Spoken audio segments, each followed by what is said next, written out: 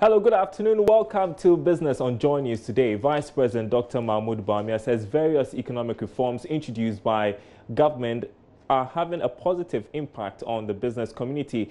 He says Ghana's performance on the World Bank Ease of Doing Business rankings is proof of that. Ghana currently ranks 114 out of 190 countries, which is 6 points up from the previous rankings. Dr. Bawumia charged the private sector to support government's initiatives as he addressed a World Bank stakeholder forum in Accra. Ladies and gentlemen, you recall in the first budget of this government, there was the commitment of the government to stimulate growth through production led by the private sector was very clear. We said we wanted to move away from taxation to production.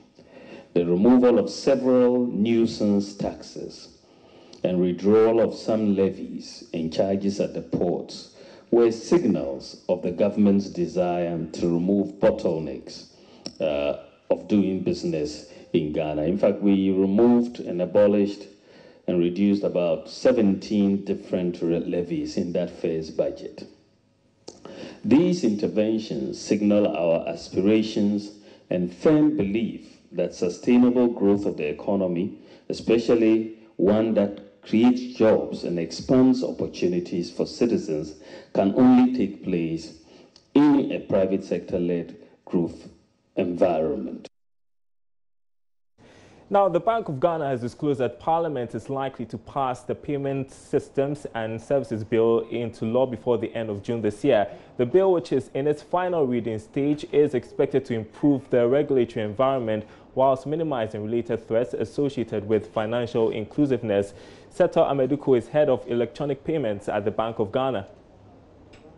Parliament is doing a very great job, and I must say that it's almost far completed at the last stage of consideration, and is still going through consideration, and we hope by next week Parliament will still continue with the consideration, and we believe before the end of June this bill should be completed by Parliament because of the commitment from both majority and minority to get this bill passed. But have they told you the reason why it's dragging?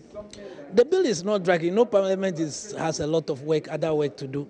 And as a central bank, ours is to have patience and ensure that we have confidence in them, that they get this bill passed.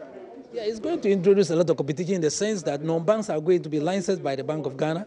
When I say non-bank, we have fintech that will have come for license to also provide payment services like the way the banks are providing. So it means that we'll have more players, and banks that are not ready to really innovate are going to find it difficult in terms of deposit mobilization, at the same time increasing their income. In other news, Ethiopian Airlines and subsidiary Askai are likely to suffer major financial losses resulting from the plane crash that occurred yesterday. 157 lives were lost when a Kenyan-bound Ethiopian Airlines jet dropped a few minutes after takeoff.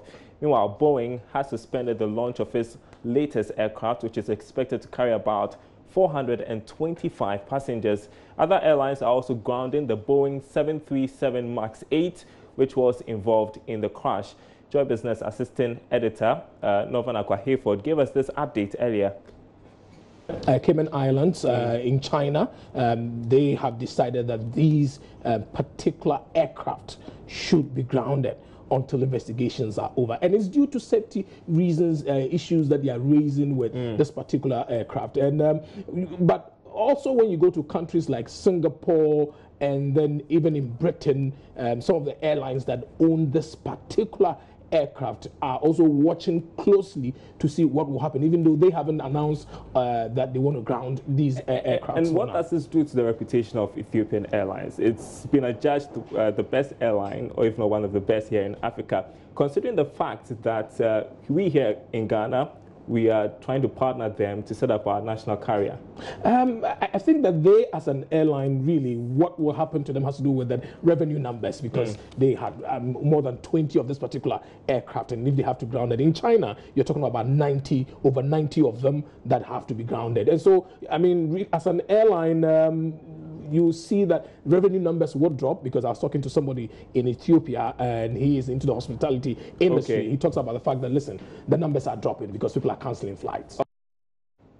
All right, and so we are running a poll currently on our Facebook page, Joy Business. We are asking if you care which type of aircraft you board following the recent plane crashes. As you can see, people have started voting already, and it's looking like more people now care which aircraft they board. We'll have details of that or results of that poll on Business Live subsequently. Well, coming up in sports, 41-year-old Joshua Clottey ends his career on a high after defeating Tanzanian Informe. Stay tuned in for the details with Baba Tando.